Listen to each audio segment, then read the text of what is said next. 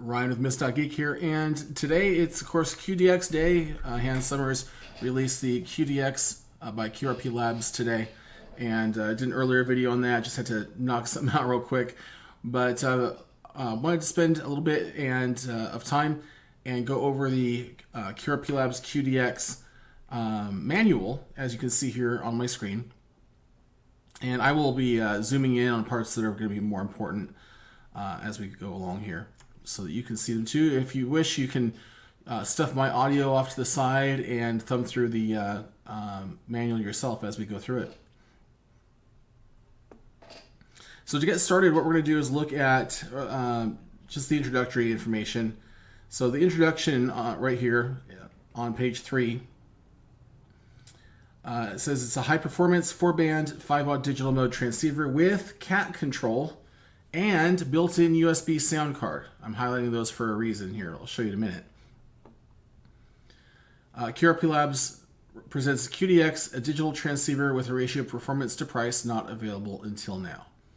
So it's 4 bands, 80, 40, 30, and 20, 5 watts from from a 9 to 10 volt power supply. Interesting.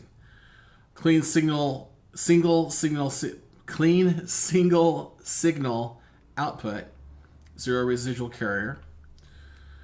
Solid state pin diode switch, low pass filters, and solid state band pass filters. Solid state transmit receive switching.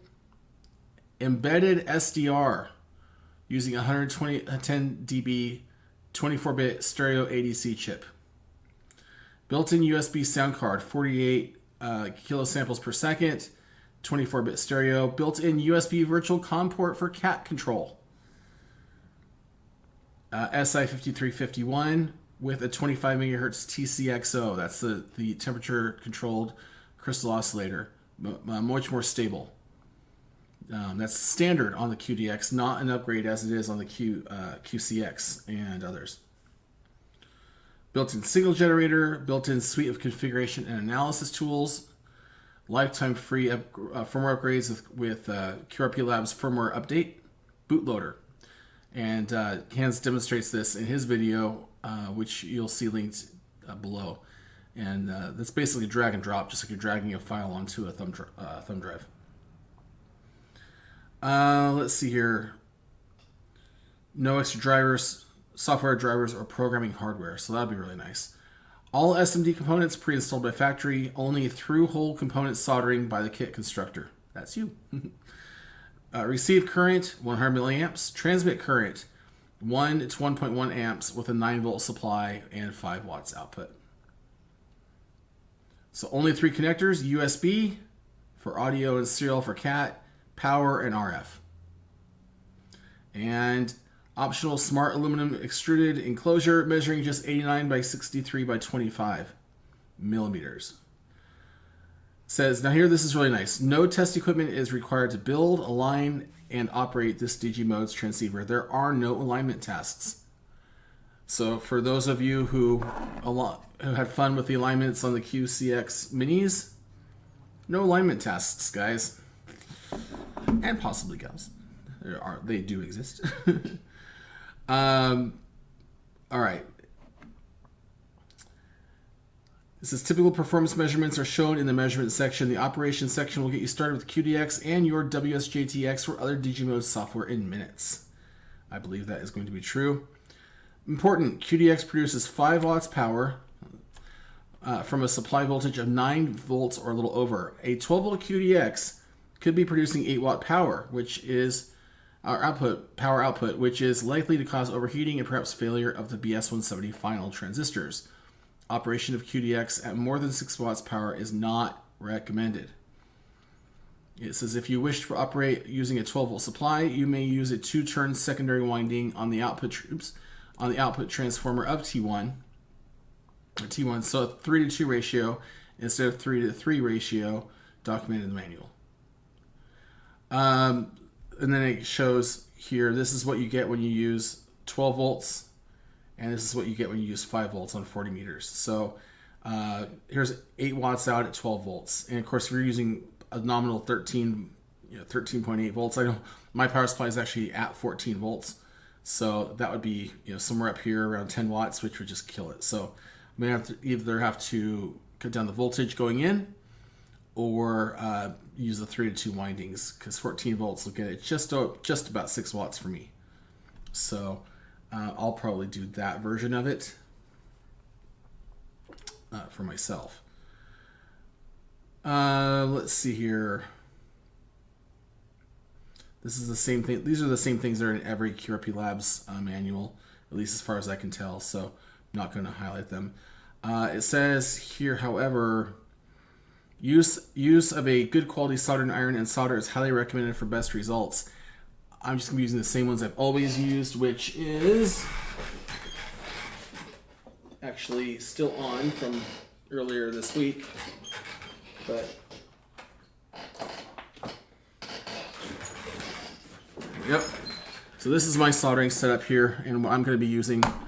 You can see I've got just a roll of Kester solder here, and one of those cheap Chinese soldering irons that is a little bit wobbly, frankly. You can see a little bit of wobble there, and unfortunately, no amount of tightening tightens it. It's like built-in wobble, which is pretty unfortunate.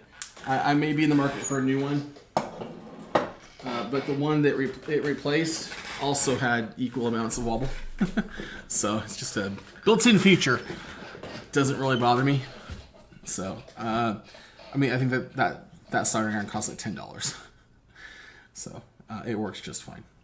Yeah, and it may need to be tightened too, which I will do after it cools down, so I don't end up with chicken fingers. Anyway, let's see here. Okay. So this is what the PCB looks like. There's not a lot to it here. These are the parts that the constructor has to install. And this is the bottom side with all the SMD components. And here's the mask for it. And here's the parts list. So everything that's SMD, you don't have to install. It's already there. There's some capacitors that you do need to install. 6 diodes, 4 BS170s, 1 LED. Some inductors. And guys, don't worry about winding inductors. If you look at some of my other videos, winding inductors is easy. The binocular and trifilar inductors might be a little bit more difficult, the T1 and T2. This does have what appears to be the same style of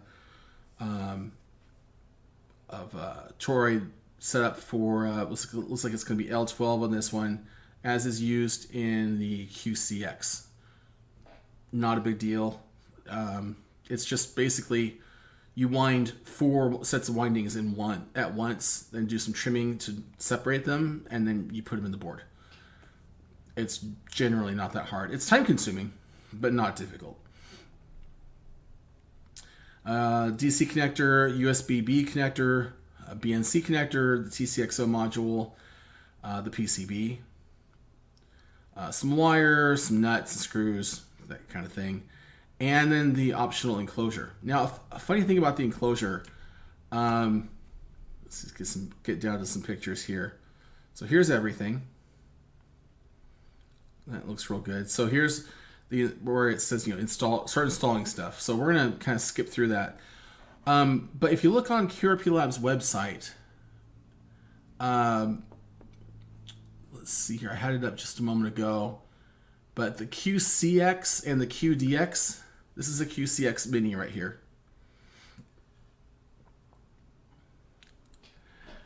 The dimensions published, the QDX is the same enclosure, or not obviously cut it without the cutouts and stuff, but different cutouts. But it's the same enclosure, literally a 1/4 inch shorter. This thing is small. Fellas, this thing is small, which is amazing because that means all you have to do to pack for a trip with your QDX is have a power supply for this, just as you would for a QCX Mini. So you need a power supply, you need a little bit of cabling, you need a USB cable, and What else? Oh, and of course your antenna. And I'm going to be doing on this channel a portable antenna that'll work for this. So that'll be a project coming up. 80, 40, 20, 80, 40, 30, 20. And I don't know what I'm going to do yet. In fact, if you have suggestions for such an antenna, bleep bloop them below, because I could use some ideas. Right now I'm thinking a 9-to-1 with like a 50 or 60 foot wire and a tuner. So got some ideas there, but we'll see. We'll see. Anyway, but it's actually going to be slightly smaller than this, so you'll just want one of these, a BNC to SO239 if you're going to use PL259s in the shack, which I do. Anyway, but this is going to be small. And there won't be a cable mess because, again, through just those 3 cables. And this is actually in stark contrast to some other products. So again, this QDX is going to be $60, $80 with the enclosure. So how does that compare? Well, if you look at, let me pull this up here. Sorry, QRP guys, I'm not picking on you. I really am not picking on anybody else. We're just objectively looking at the field. You know, what else is out there for QRP digital radios. So QRP guys has their AFP FSK digital transceiver 3, which is $80 with 3 modules. So it requires audio in and out to a sound card. Excuse me. It also requires power, of course. Unfortunately, it does not have cat control. It only has these modules. So it comes with 20, 30, and 40 meter modules that you plug in, and then that gives you the proper filtering, but also sets the VFO frequency. Probably using I'm guessing, a binary selection of pins, just to count in binary. Which band are you on? 1, 2, 3, 4, 5, or whatever. I'm not sure. I've not used it. So if you have one, know how it works, let me know below. But anyway, no cat control. It's not frequency agile, as far as I can tell. So I don't know all the details about it. I mean, it looks like an okay rig. Now this is an upgrade from their original phaser, because they're not phaser. Sorry, different product. Their original one. Their original digital transceiver kit had digital sideband out, and I actually wrote an article called DSP Digital Friend or Foe, and it was a look at those products that I think Hans decided he could do better. Now, frankly, QRP guys has done better since then too. They're on to a much better scheme. So that's what's available here, and that's $80 with 3 bands, no enclosure, and this one is about 3 1/4 inches square. So that's a fair bit larger than the QDX. Larger yet is the phaser. Again, not picking on anybody. Please don't take this the wrong way. If one of you guys are associated with these products or watching, I'm not trashing your products. I promise. Everything has its place. And I'm serious about that. I mean, if you want to hack on the QDX, you're not going to be able to do a whole lot because the firmware is locked down. It's all SMD, really small parts. I mean, it's a very tightly integrated product, and that's why it has so many features. If you want something more hackable, I would think maybe a phaser or the QRP guys product would be really good, or homebrewing something, or I don't know, a BitX. An old BitX 40 that is being hacked to death for multiple bands and stuff. Anyway, but this is a different thing. Anyway, but the phaser, and I'm looking at this on archive.org because currently their website lists it as sold out. But the phaser, which by the way is a single band, you can build it for different bands, but it is a single band radio. It is an SSB radio, not it's not digitally producing the output. It's taking line in from the computer and producing sideband. So that's a stark difference from the QDX. And down here, the price on this is $60 for this kit for single band, no enclosure. The enclosure is an extra $25. So if you were to get the enclosure, you'd have a single band radio that requires a digital interface and a digital interface, and I think that's it. But single band for $85, and a fair bit larger. So you can see where the QDX really comes into its own here. It includes a higher performance sound card than you'll typically get with your $5 or $10 USB sound card you buy on Amazon. This is a really high quality sound card that's in it. The other thing is that this is more tightly integrated, and it's smaller, and there's all 4 bands built in. Now currently the only things available are 80, 40, 30, and 20, right? Yeah, 80, 40, 30, and 20. But Hans has said that he'll be looking at maybe in the next revision, making it so that you can use your own bands. Like if you wanted to do, 40, 20, 15, and 10, or 40, 20, 17, 15, or whatever. Or I don't know, maybe this thing would work on 6 meters. I don't know. That'd be pretty cool though. Anyway, so we'll go through this here. So we've got the diodes to install, and I'm just gonna kind of scroll through this here. Oh yeah, and there's the let's see, is this T12, L12? Yeah, that's L12 as I suspected. Very similar to the QCX, if not the same. I think it might be the same actually. All right, so some other inductors, and these are easy, guys. These low pass filters, piece of cake. It's just you wind wire around a toroid, no big deal. The trick is you just pull it through and try to get it tight around each corner. Pull, get it snug. A little bit of trifilar with T2. That's cool. Very simple to do.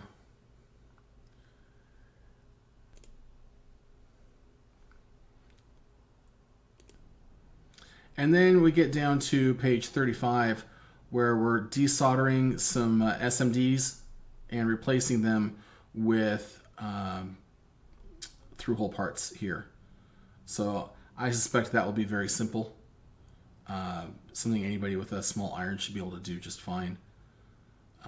With a fine tip. I know I've replaced, on my BX40, I replaced a lot of SMD parts with standard through-hole parts just by soldering them to the pad, which actually works really well.